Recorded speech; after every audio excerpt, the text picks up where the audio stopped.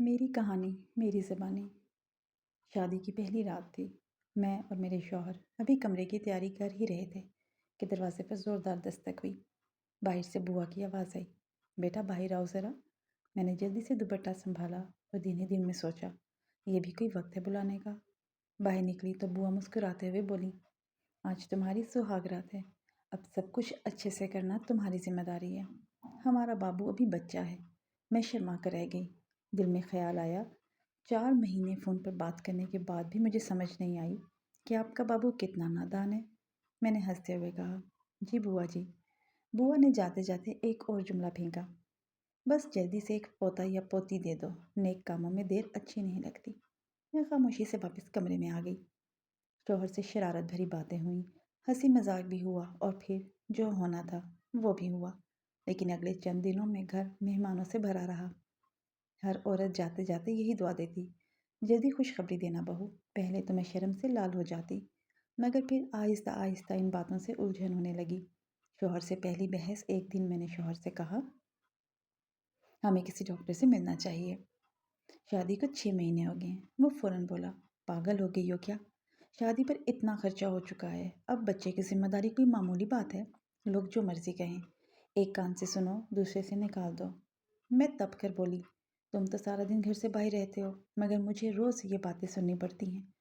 گھر والے، رشتہ دار سب یہی پوچھتے ہیں، کچھ ہوا یا نہیں؟ اب میں سب کو کیا جواب دوں؟ یہ ہماری شادی کے بعد پہلی لڑائی تھی۔ کچھ دن بعد ساس میرے پاس آئیں، پیار سے بولی، بیٹا جلدی بچہ کر لو، اگر کوئی مسئلہ ہے تو صاف صاف بتاؤ، ہم ڈاکٹر سے بات کر لیں گے۔ میں نے کہا، مجھے تو کوئی اعتراض نہیں، لیکن آپ کا بابو نہیں مانتا۔ بس پھر کیا تھا، گھر میں ہنگامہ مچ گیا۔ سسر جی نے بیچ میں آ کر بات سنبھالی، معاملہ وقتی طور پر ٹھنڈا پڑ گیا، لیکن 2-3 دن بعد شام کو پھر وہی بحث چھڑ گئی۔ شوہر بولا، ابھی میری کمائی اتنی نہیں کہ بچے کی ذمہ داری اٹھا سکوں۔ امی فوراً بولی، بچے پر کروڑوں خرچ نہیں کرتے، جب وہ آئے گا تو اپنی قسمت ساتھ لائے گا۔ میں نے 3 بچوں کو تمہارے ابا کی چھوٹی سی نوکری میں پالا ہے۔ شوہر خاموش ہو گیا۔ تب ابا نے دھیرے سے کہا، بیٹا بات کمائی کی نہیں زمانے کی ہے۔ ہمارے وقت میں ضرورتیں کم تھیں، کھانا کپڑا مکان، بس یہی سب کچھ تو تھا۔ آج کے زمانے میں تو کھانے کپڑے مکان کے ساتھ ساتھ انٹرنیٹ بھی زندگی کی ضرورت بن گیا ہے۔ پہلے پورے گھر میں ایک فون ہوتا تھا، آج ہر فرد کے پاس الگ موبائل اور الگ ریچارج۔ پہلے اسکول صرف پڑھائی کا ادارہ تھا، اب یونیفارم، کتابیں، کاپیاں سب وہی بیچتا ہے، 4 گنا قیمت پر۔ ہم دال چاول کھا کر خوش رہتے تھے، بچے اسکول روٹی پراٹھا لے جاتے تھے۔ آج بچوں کو لنچ میں کانٹیننٹل کھانا چاہیے اور ہفتے میں 2 بار باہر کھانا لازمی۔ ہم کنویں کا پانی پیتے تھے، اب پینے کے لیے پانی خریدنا پڑتا ہے۔ پہلے نزلہ زکام میں تیل کی مالش کافی تھی، اب چھینک بھی آ جائے تو ڈاکٹر ہزاروں کا بل بناتا ہے۔ پہلے ایک رکشہ لے کر پورا گھر گھوم لیتا تھا، آج ہر بندے کو موٹر سائیکل چاہیے۔ یہ دور کا فرق ہے بیٹا، تمہارا ڈر غلط نہیں ہے، مہنگائی اتنی نہیں بڑھی، خواہشات بڑھ گئی ہیں۔ اسی لیے بہتر ہے کہ پہلے اپنی کمائی مضبوط کرو، پھر والد بننے کا اقدام اٹھاؤ۔ بچہ ضرور کرو، مگر اسے عزت اور سکون کے ساتھ پالو، اور یاد رکھو بہت دیر مت کرنا، کہیں ایسا نہ ہو کہ تم ریٹائر ہو جاؤ اور تمہارا بچہ بھی 10ویں کلاس میں ہو۔